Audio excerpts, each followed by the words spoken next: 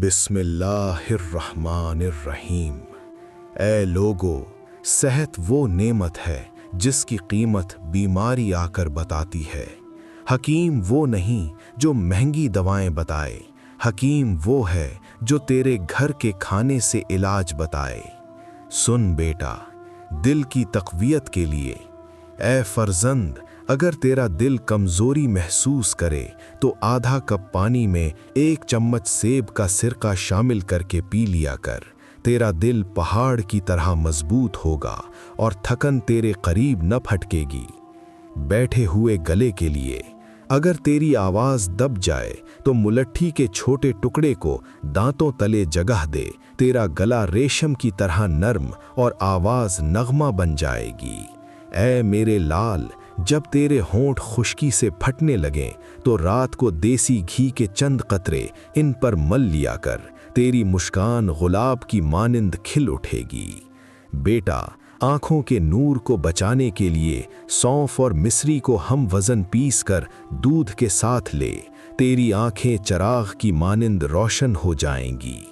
اگر ایڑیوں کی خشکی دور کرنی ہو تو رات کو زیتون کے تیل کی مالش کر کے پاؤں ڈھانپ لے، تیرے قدم مخمل کی طرح نرم ہو جائیں گے۔ معدے کی بے چینی کے لیے، جب طبیعت ملالش کرے یا جی گھبرائے تو نیم گرم پانی میں لیموں کا عرق ملا کر پی لے، تیرے انگ انگ کو قرار آ جائے گا۔ اے میرے بچے، اگر دماغ میں انتشار ہو اور لہو کا دباؤ بڑھے تو ٹینڈے کو اپنی غذا بنا، تیرا مزاج متوازن اور دل خوش رہے گا۔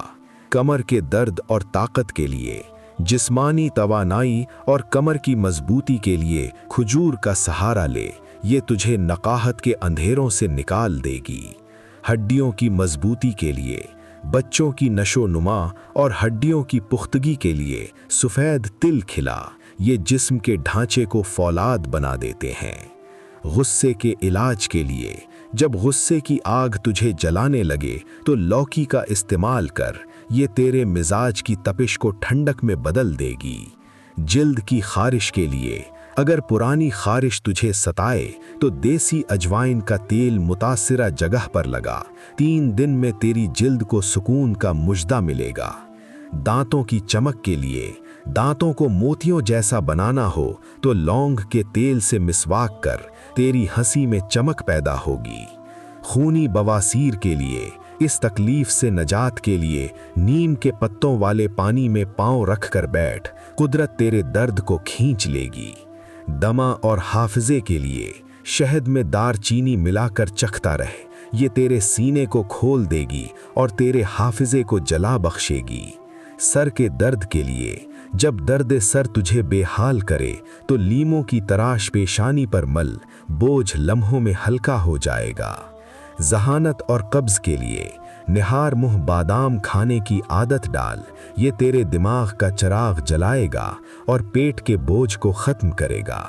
یرقان کے خاتمے کے لیے، پیلیا کے مرض میں شہد، گاجر اور گڑ کا استعمال کر، تیرے بدن سے زہریلے اثرات یوں نکلیں گے جیسے کبھی تھے ہی نہیں۔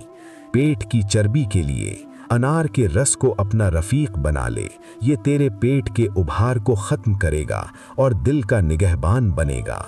زہریلے ڈنک کے لیے، اگر کوئی زہریلی مکھی کاٹ لے تو نمک کا لیپ کر، یہ زہر کے اثر کو خاک میں ملا دے گا۔ سانس کی تنگی کے لیے، دمہ کے مریض لونگ کو پانی میں ابال کر شہد کے ساتھ لیں، سانس کی آمد و رفت آسان ہو جائے گی۔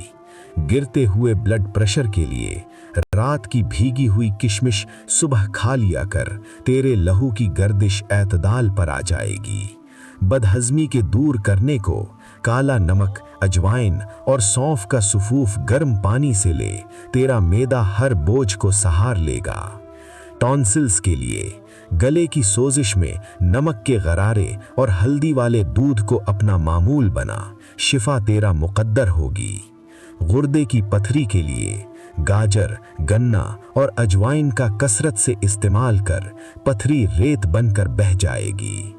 بواسیر کے درد کے لیے، روزانہ زیتون کے دانے نہار منہ کھا، یہ قدیم نسخہ تجھے ہر تکلیف سے نجات دلائے گا۔